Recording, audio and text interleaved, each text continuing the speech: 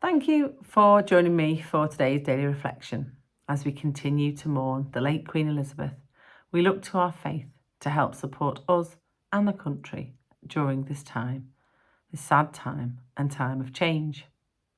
There are challenges at the moment, which sometimes makes life seem quite dark.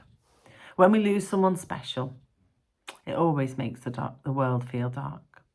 Our country has known a faithful queen who has served and loved her country with honour, compassion and faith for over 70 years. We're all moved by her death. This Bible reading starts in a really dark place too, but the hope and power of God shines through. So let me read some of the verses from Acts chapter 12, starting at verse 1. It was about this time that King Herod arrested some who belonged to the church, intending to persecute them. He had James, the brother of John, put to death with the sword. When he saw that this met with approval amongst the Jews, he proceeded to seize Peter too. This happened during the festival of the unleavened bread.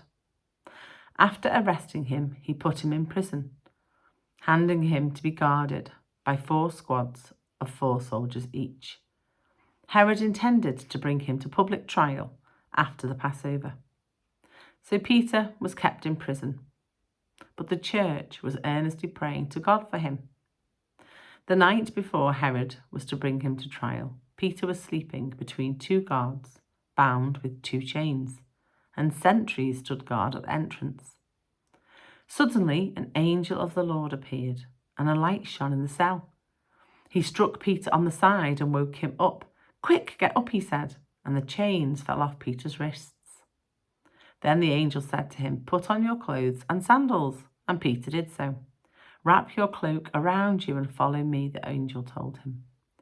Peter followed him out of prison, but had no idea what the angel was doing and what was really happening. He thought he was seeing a vision. They passed the 1st and 2nd guards and came to the iron gate leading to the city. It opened for them by itself and they went through. When they had walked the length of 1 street, suddenly the angel left Peter. Peter returned to the house of the believers and kept knocking. When they opened the door, they saw him. They were astonished. Peter motioned with his hand for them to be quiet and described how the Lord had brought him out of prison.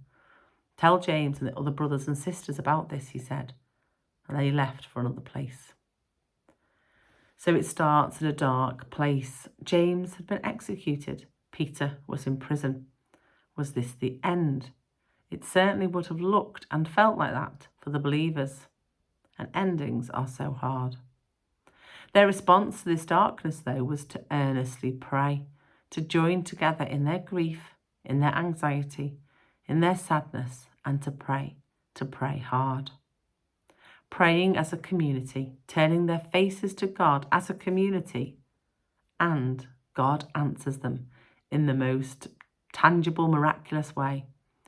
God's intervention makes it right, provides hope, gives direction, an anchor in what was almost surely a time of great uncertainty for the early church. And then we have Peter knocking and knocking, a very real experience where people can't believe that it's true, so don't answer the door. But those praying, answering the door with astonishment at what God had done. The people praying had asked God to bring Peter back to them, and he does. With Peter being back, order is restored. The church continues to grow. So that event recorded here is integral in the story of our church, the survival of the church.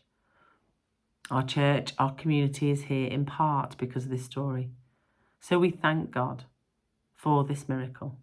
And we thank God for the church, for the apostles, for the bishops, the priests, vicars, curates, readers, all the clergy. We thank God for their service, their leadership at these times, and their faith.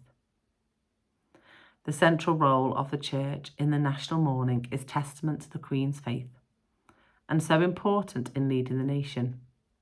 Here we are as a community, as a church, joining together to remember to mourn, to pray, to ask God, faithfully and earnestly ask God to meet us, to meet the country at this time of need, to open the doors of heaven to his faithful servant and bring peace to those that mourn, strength to those that lead, and comfort to us all.